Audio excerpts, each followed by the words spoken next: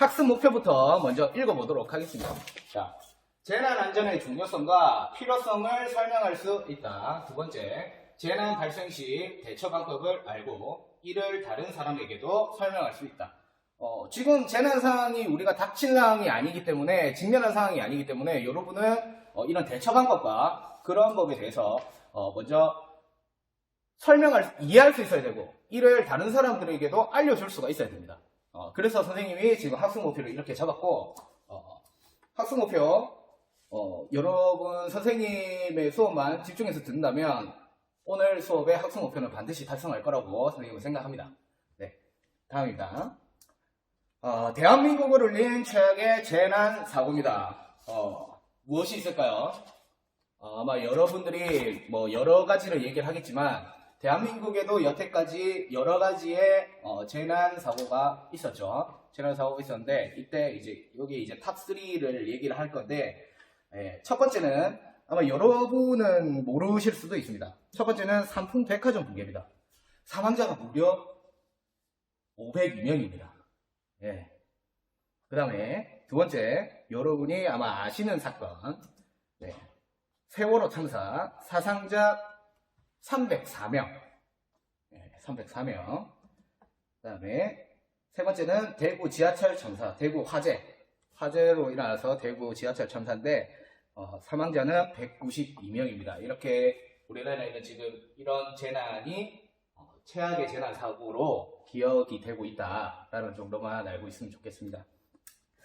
재난은 예기치 못한 상황에서 발생하는 경우가 많아요. 지금 여기 삼풍백화점, 세월호 참사, 그다음에 대구 지하철 참사, 이 모든 참사들이 재난 사고들이 이때 당한 이런 희생자들이 이걸 다 알고 있을까요? 알고 있었을까요? 알고 있었으면 아무도 다치지 않았겠죠. 아무도 사망자가 나오지 않았을 겁니다. 그런데 예기치 못한 상황이 발생했기 때문에 이런 희생자가 나오기도 합니다. 그러면 선생님, 예기치 못한 상황에 발생을 하는데 이 교육은 왜 하는 건가요? 라는 질문을 할 수도 있습니다. 이런 재난에서도 살아나오는 사람이 있다는 것이 중요합니다.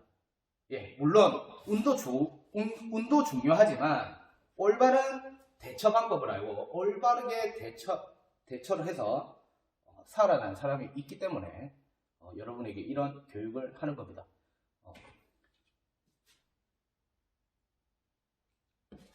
다음, 예, 재난이란 뭘까요? 여러분, 재난은 예방을 할 수가 있을까요? 선생님이 예기치 못한 상황이 발생한다고 했는데, 물론 예방할 수 있는 재난도 있지만 대부분의 재난은 예기치 못한 상황에 발생하기 때문에 예방을 하기가 어렵습니다. 그러면 예방이 어렵다면, 네, 예방이 안 된다면 그 상황이 발생했을 때 우리는 대처를 해야 되겠죠. 네, 대처를 합니다. 대처를 할 때 이제 이때 우리는 재난 상황에 닥쳤을 때 우리는 어떻게 해야 할까요?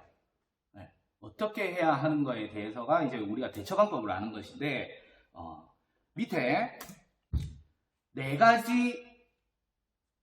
가지 요소만 알면은 여러분 오늘 수업의 목표를 달성했다고 볼 수가 있습니다. 첫 번째, 심리적인 안정. 두 번째는 판단. 세 번째는 질서. 네 번째는 배려입니다. 이런 자세들이 재난 상황에서 여러분이 꼭 갖추어야 할 자세, 요소라고 할 수가 있겠습니다. 첫 번째, 심리적인 안정이라는 거는 뭔지 알겠죠? 재난 상황이 닥치니까 누구나 당황을 할 겁니다. 근데 당황을 하게 되면 판단이 흐려지게 돼요.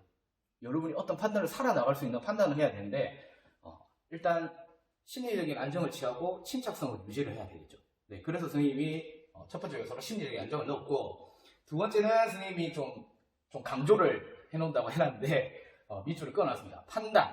네, 제일 중요합니다. 어떤 상황에서든 여러분, 침착성을 유지해서 판단을 할 수 있어야 됩니다. 내가 살아나가기 위해서 판단을 해야 된다는 겁니다. 판단을 안 하고 누군가를 기다리고만 있고 구조 요청만 기다리고 있는다면 재난 상황은 이제 어떻게 바뀔지가 모르기 때문에 항상 여러분 스스로 판단을 하고 주변의 도구들을 다 이용을 해서 빨리빨리 내가 살기 위한 방법, 주변 사람들이 살기 위한 방법에 대해서 생각을 해야 되는 겁니다. 예. 세 번째는 질서입니다. 예. 질서. 재난상에서는 굉장히 전부 다 우왕좌왕하기 때문에 여러분들의 질서와 그 다음에 배려가 필요합니다. 예. 질서가 무너진다면 사상자나 희생자들이 아마 더 커지지 않을까 라는 생각이 듭니다. 이 네 가지 요소에 대해서는 선생님이 나중에 영상을 보여주면서 조금 더 설명을 곁들이도록 할게요. 네. 자, 재난 안전 교육이 우리에게 필요한 이유. 첫 번째 사진은 이제 학교에서의 학생들 사진인데요. 나의 하루는 어디에서 가장 많이 보내고 있는가?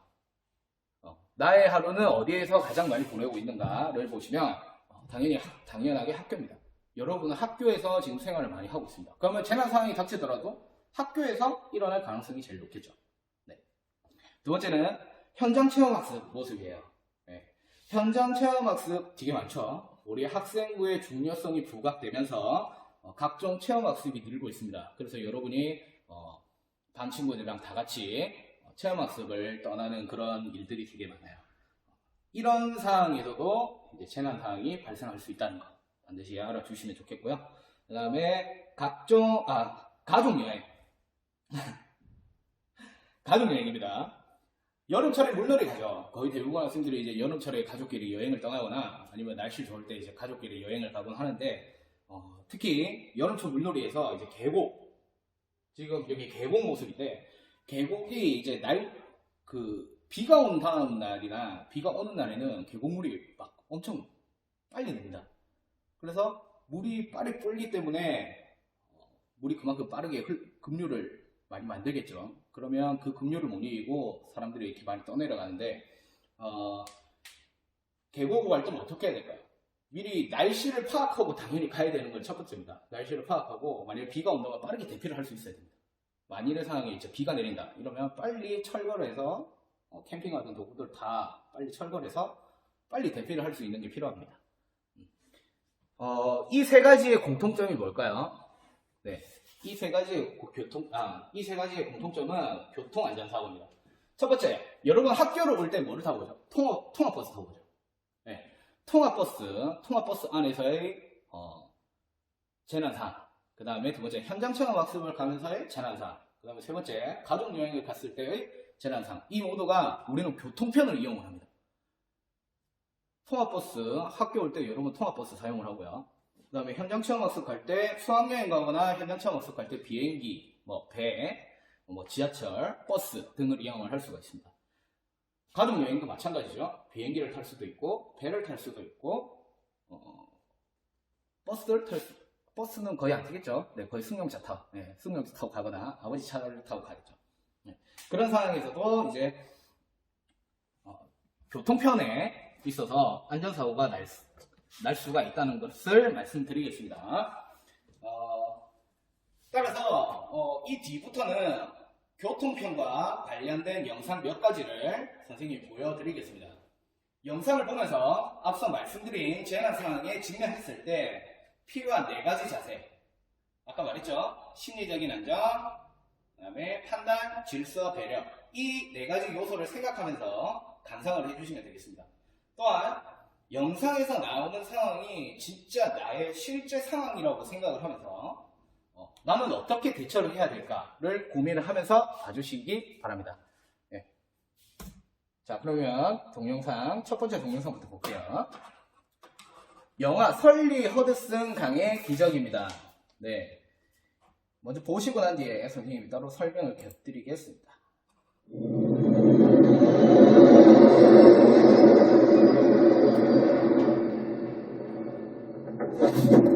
Mayday, Captain 1549. We've lost both engines.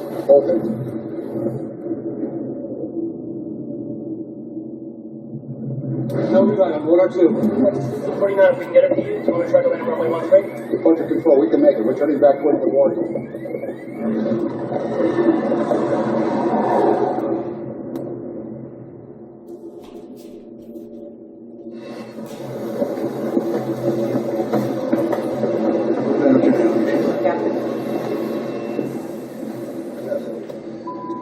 Operators verify 3023. 3023. 에어버스 A320의 기장 설리는 42년 경력의 베테랑 비행사입니다. Good afternoon, ladies and gentlemen. Welcome on board US Airways Flight 1549, service to Charlotte. 이날도 그간 수천 번의 비행 경력에 한 번의 비행이 늘어날 예정이었죠. 여느 때처럼 이룩하여 부기장 제프와 경치를 바라볼 때였습니다. Nice view of the Hudson. Life's easy in the air. Birds. Wolf.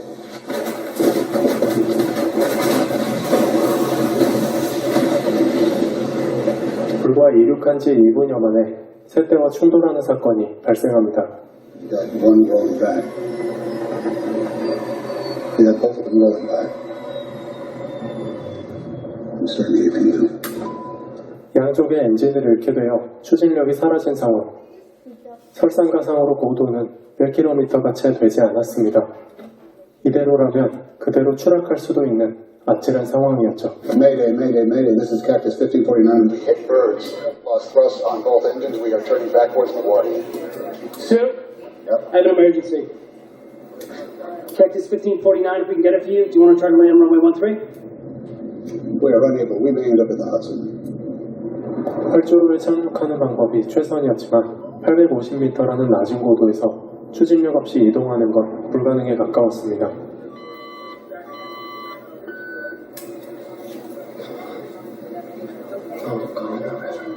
This is the cabin. Brace for impact. 설리 기장은 자칫하다가 더 큰 재앙이 올 수 있음을 직감하고 허드슨 강에 과감하게 비상 착수를 감행합니다.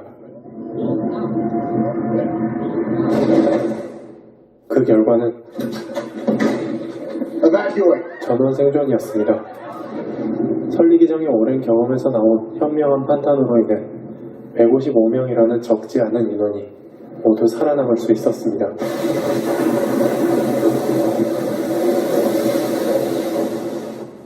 또한 설리는 이후의 구조작업 내내 기장으로서 해야 할 일을 마땅히 해냈고 혹시나 있을 사고에 대비하여 기내를 한 번 더 살핀 뒤 가장 마지막으로 구출되었습니다. 설리도 사고를 당한 155명의 인원 중 한 명이었지만 그는 병원의 검사를 받으면서도 마음이 편치 않았고 Gotta count. 155. It's official. 155 is 155. 전원 생존이라는 말을 듣고 나서야 안도의 한숨을 내쉬었습니다. 예, 이까지만 보여드리겠습니다. 궁금하시면 유튜브 가셔가지고 여기 영화 리뷰 많이 나와 있으니까 봐주시면 되겠고요. 지금 선생님이 이걸 보여준 이유는 비행기 추락 사고가 잦아서 그런 건 아닙니다. 비행기 추락 사고가 그렇게 많지는 않죠. 빈번하게 일어나는 경우는 아니기 때문에. 하지만 우리에게도 언제든 일어날 수 있다라는 생각으로 봐주시면 됩니다. 비행기의 추락에 대해서 선생님이 얘기를 하는 것이 아니라 여기 나오는 주인공 설리 기장의 모습, 그때 재난 상황이 딱 닥쳤을 때 자기가 어떻게 판단을 했는지에 대해서 얘기를 하고자 한 거예요. 네. 첫 번째, 뭘 제일 잘했죠?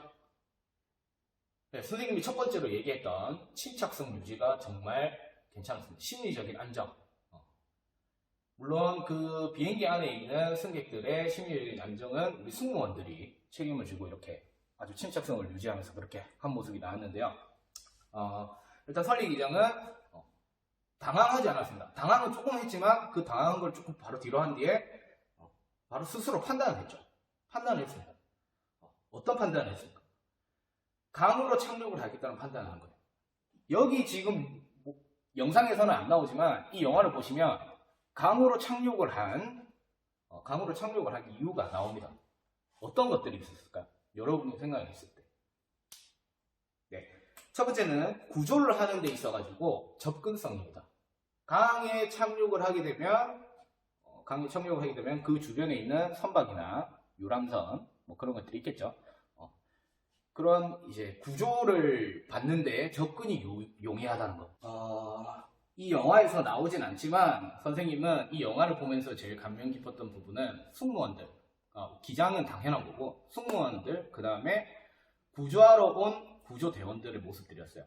그 모습들이 어떤 거냐면 비행기가 이렇게 착륙을 하고 난 뒤에도 어떻게 물이 계속 차니까 비행기가 이렇게 가라앉기 시작하겠죠. 그때 승객들이 얼마나 불안하겠습니다. 가라앉으면 그때 엄청나게 추운 날씨였기 때문에 물이 차고 해서 오랫동안 물에 붕붕 떠 있었을 경우에는 저체온증으로 사망하게 되는 경우까지 생길 거니까요. 근데 이제 승무원이 그 사고가 났을 때 승무원도 굉장히 무섭고 했겠지만 그 당황을 하지 않고 침착성을 유지를 해서 일단 승객들부터 심리적인 안정을 시킵니다. 네. 그래서 끝까지 이제 질서를 유지를 해서 나갈 수 있게끔 도와주고 하는 모습들이 굉장히 인상이 깊었고, 두 번째로는 이제 구조대원들입니다. 구조대원들이 이렇게 와가지고 막 질서 없이 승객들이 막 배에 올라타려고 하는 그런 모습 때문에 아무도 죽지 않습니다. 오늘은 아무도 죽지 않습니다. 라고 얘기를 하면서 질서를 지키라고 하는 그런 말들이 선생님은 굉장히 감명 깊게 봤습니다. 여러분도 이제 시간이 좀 난다면 영화 설리 허드슨 강의 기적을 본다면 내가 재난 상황 때 어떤 모습을 내가 갖춰야 될지에 대해서 잘 알 수 있을 것 같아요. 네. 다음은 얘기 있고 나서 설리는 네, 다음은 배입니다.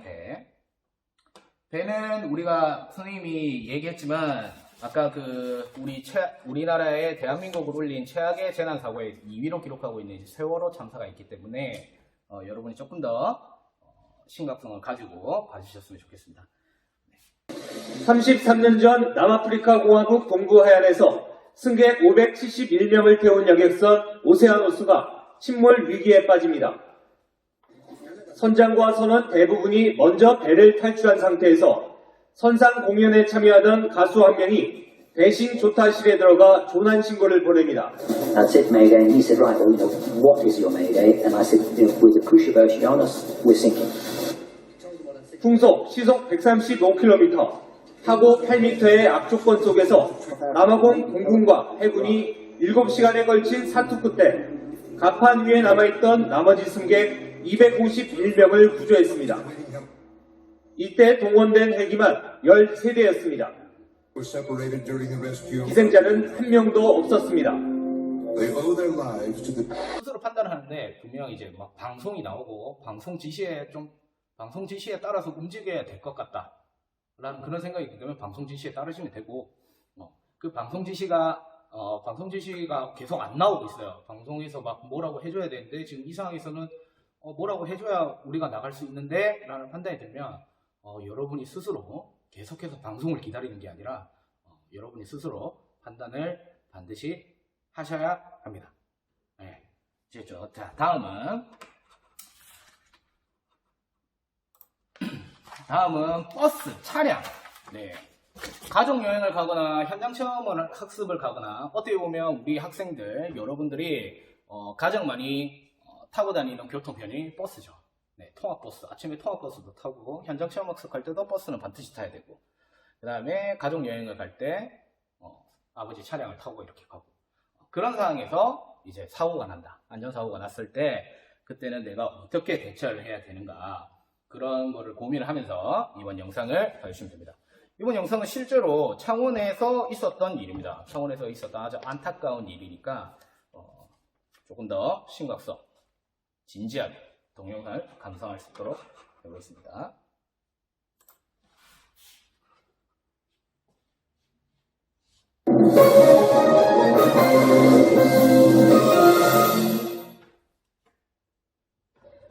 시청자 여러분 안녕하십니까? 8월 26일 화요일 매일 신문 뉴스입니다. 어제 경남 창원에서 승객을 태우고 가던 시내버스가 폭우로 불어난 하천물에 휩쓸려 떠내려가는 사고가 발생했습니다. 오늘 아침부터 실종자 수색 작업을 펼치고 있으나 시야 확보에 어려움을 겪고 있습니다. 어제 경남 창원에서 일어난 시내버스 하천 급류 사고의 실종자 수색 작업이 오늘 오전 6시부터 다시 시작됐습니다. 창원 해경은 현재 사고가 일어난 창원시 진동면 덕곡청과 주변 바다 광암항을 중심으로 경비정과 민간 자율구조선 등 선박 20여 척을 동원해 실종자를 찾고 있습니다. 그러나 어제 내린 폭우로 하천과 바닷물이 흙탕물로 변해 시야 확보에 어려움을 겪고 있습니다. 또 경찰은 사고 버스에서 블랙박스를 입수했지만 빗물에 내부 회로가 손상돼 블랙박스 복구 전문 회사에 정밀 판독을 의뢰할 예정입니다. 현장에 차려진 종합상황본부에는 버스 운전기사 55살 정모 씨를 포함해 승객으로 추정되는 5명의 실종 신고가 접수됐습니다. 이에 앞서 어제 오후 2시 40분쯤 창원시 진동면 사동도 인근에서 불안한 하천에 시내버스가 휩쓸리면서 19살 앞모양의 숨진 채 발견됐고 나머지 승객 5명이 실종된 것으로 추정되고 있습니다.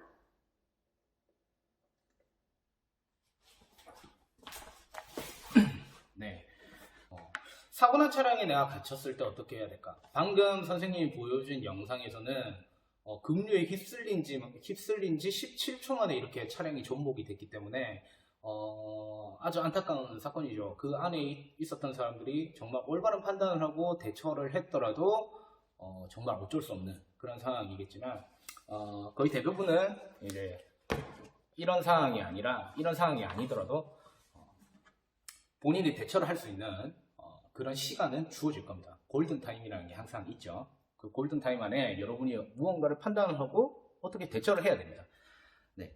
거기서 만약에 여러분이 사고 난 차량에 갇혔을 때 버스에서 사고가 났을 때 우리가 먼저 해야 될 건 뭘까요? 첫 번째, 안전벨트를 풀어야 됩니다. 물론 차가 움직이고 있을 때는 안전벨트를 풀면 큰일 나겠죠. 네, 차가 만약에 멈췄다, 고정이 딱 됐다. 그랬을 때는 여러분이 버스에서 탈출을 해야 되기 때문에 첫 번째로 안전벨트를 풀어야 됩니다. 안전벨트를 풀고 난 뒤에 여러분이 해야 될 일은 이제 버스 창문을 열거나 깨거나 해야 됩니다.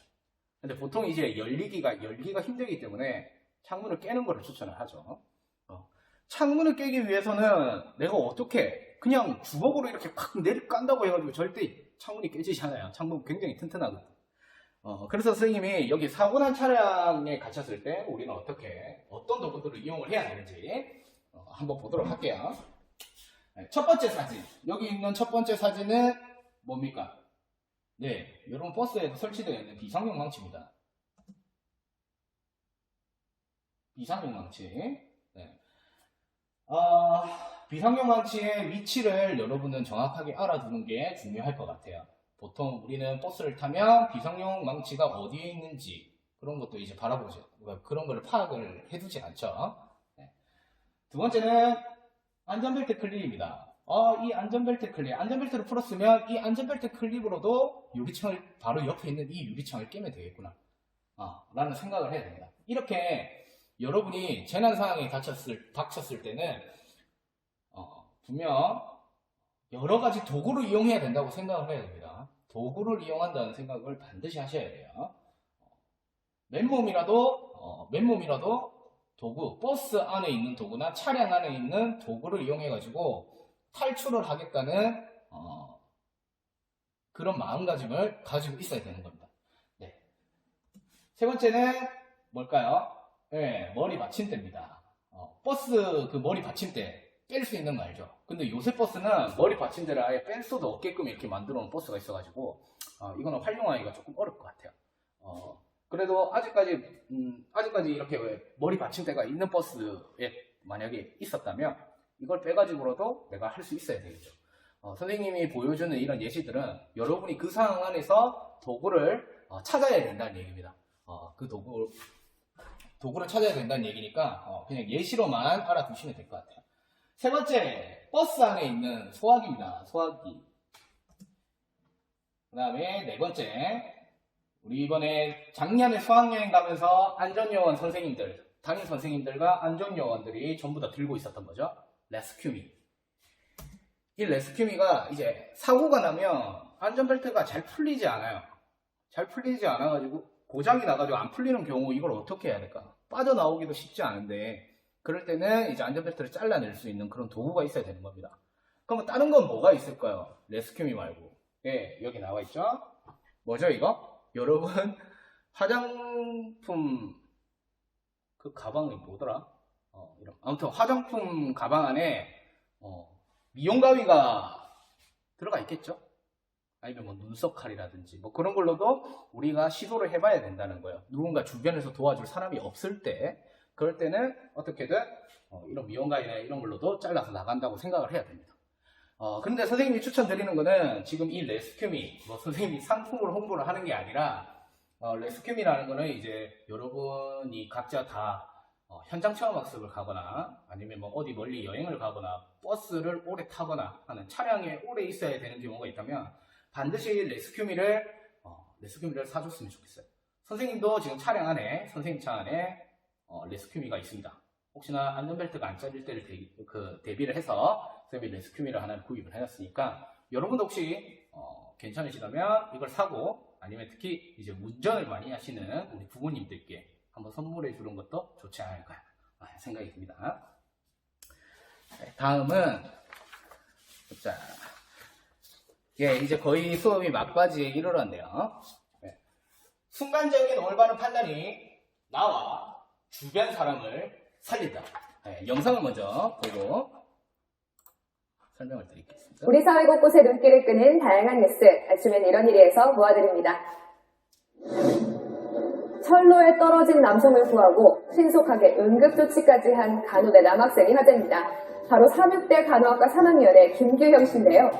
지난달 27일 경춘선 금곡역 승강장에서 한 40대 남성이 현기증으로 쓰러지며 철로로 떨어졌다고 합니다. 이것을 본 김 씨, 열차가 들어오는 위급한 상황이었는데도 바로 철로로 뛰어내렸는데요. 떨어진 남성을 승강장 아래 빈 공간으로 옮기고 진정시키며 열차가 지나가길 기다렸다고 합니다. 남성을 구한 뒤에 응급처치까지 완벽하게 했다는데요. 이렇게 용감한 행동을 한 김규형 씨, 간호학과에 가길 잘한 것 같다며 뿌듯해했다고 하네요. 네, 순간적인 판단이라기보다는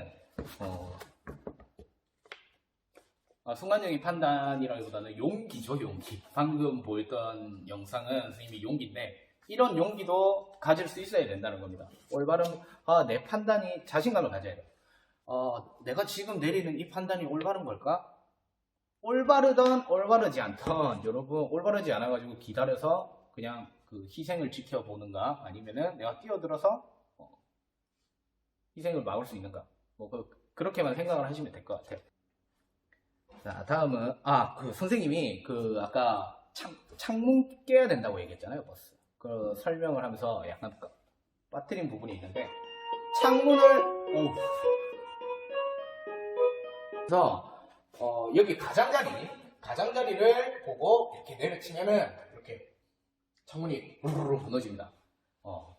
웬만하면 위에보다 밑에를 이렇게 치면 밑에를 쳐서 부서뜨리면 이렇게 쫙 무너지겠죠. 네.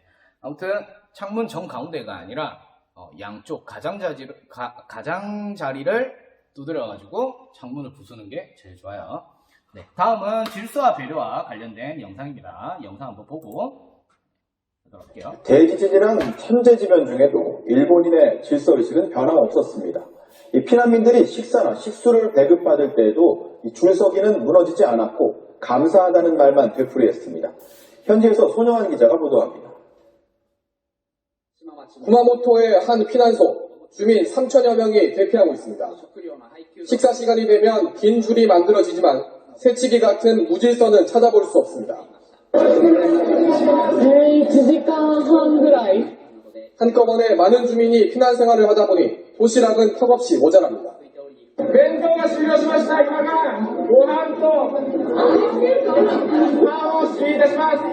그래도 주민들은 감사하다는 말만 할 뿐입니다.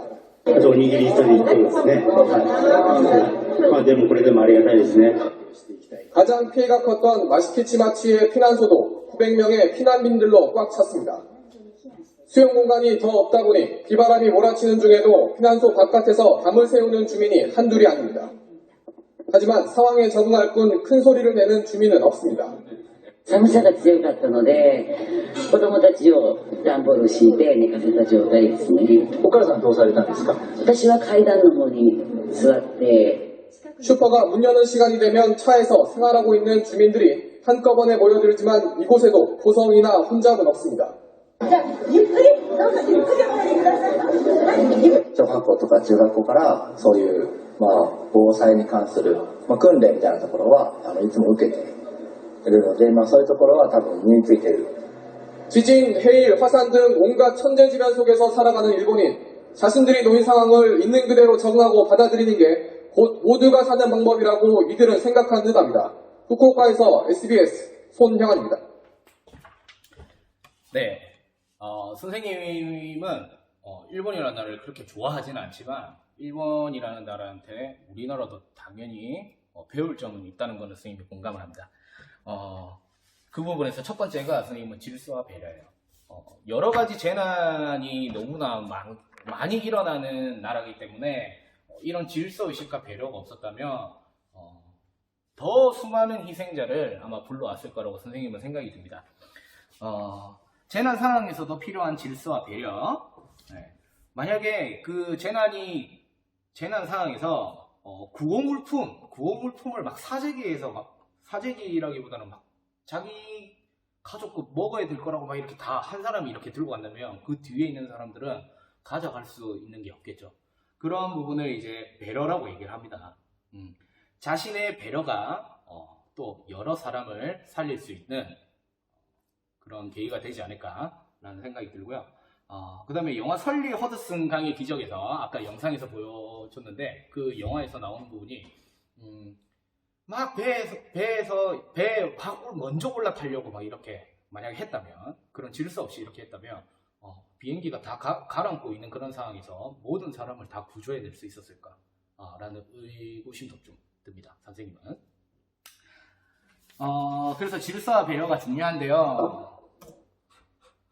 재난 상황에서는 질서와 배려의 정신을 반드시 가질 수 있도록 생각합시다. 질서와 배려. 첫 번째 이 사진은 어떤 사진이죠? 네, 질서 없이 먼저 타려고, 좋은 자리에 먼저 앉으려고, 앉아서 탈기 위한 위에서 질서 없이 막 이렇게 이동하고 있는 모습이고요. 두 번째는 재난 상황이 직면에 있었던 재난 상황이 있었던 곳에서 이렇게 구호물품을 받아가고 있는 모습입니다.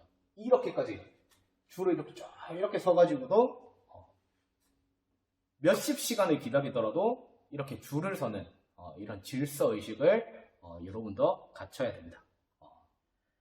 특히 재난 상황에서는 반드시 질서 의식을 갖춰야 된다는 얘기예요, 선생님은. 네. 자, 다음은 코로나19. 자, 우리가 온라인 지금 선생님이 이렇게 너무 이 공허한 교실에서 혼자서 이렇게 수업을 하고 있는 것도 다 코로나19 때문이죠. 상황이라고 선생님이 생각하거든요. 재난 상황입니다. 실제로 사망자도 되게 너무 많이 나고 있고, 특히 전염이 너무 잘 되기 때문에 재난 상황이 발생합니다. 하지만 선생님은 선생님이 아까 그 재난은 예기치 못한 상황에서 발생을 한다고 했죠. 하지만 우리 코로나19는 예기치 못한 상황에서 발생을 했지만 예방도 가능하고 대처도 가능합니다. 그래서 선생님이 여기 PPT에 예방법과 대처법을 선생님이 적어놨어요. 예방법, 손 씻기, 그 다음에 기침할 때 옷소매로 입과 코 가리기, 그 다음에 씻지 않은 손으로 눈, 코, 입 만지지 않기 등등등 여러분 한 번씩 읽어봐줬으면 좋겠고요. 예방법과 대처법도 있어요. 대처법도 정말 잘 보셔야 됩니다. 재난에서는 대처가 제일 중요합니다. 이 대처는 여러 사람을 살릴 수 있는 대처법입니다. 아시겠죠? 나뿐만이 아니라 여러 사람을 살릴 수 있는 대처법이기 때문에 예방법도 중요하지만 대처법도 반드시 숙지를 해주시면 되겠습니다. 다음, 자, 형성평가 및 출석 인정에 대해서 선생님이 설명을 드릴게요. 문제를 선생님이 여기에 이렇게 내놨어요. 코로나19의 예방을 위해 자신이 생각하는 가장 중요한 예방법을 적어주세요. 예방법은 선생님이 설명한 것이 아니라도 생각나는 대로 적어주셔도 인정하겠습니다. 위의 질문에 대한 답변을 이런 경로를 통해서 글을 남겨주시기 바랍니다. 이 글을 남겨주시면 출석이 인정이 될 거예요. 출석 인정하기 참 쉽죠. 근데 이 끝까지 만약에 중간에 듣다가 분명히 끊은 학생들 있을 텐데 그 학생들은 지금 출석이 이제 안 된다. 끝까지 들어야 돼. 출석 인정되려면 이 글쓰기에 글을 반드시 남겨주셔야 됩니다. 이 질문에 대한 답변을 글쓰기란에 남겨주시면 되겠습니다. 아시겠죠? 네. 자, 마지막으로 지금 굉장히 힘든 상황입니다. 특히 고3 학생들 여러분들은 더욱더 힘든 상황일 것 같은데 빨리 학교 오고 싶죠? 선생님은 빨리 여러분이 학교를 와가지고 정상적인 체육 수업을 하고 싶은 마음이 너무너무 큽니다. 코로나19 매우 어려운 상황이고 힘든 상황이지만 우리 함께 극복하자는 메시지를 선생님이 전하면서 이 수업을 마치도록 하겠습니다.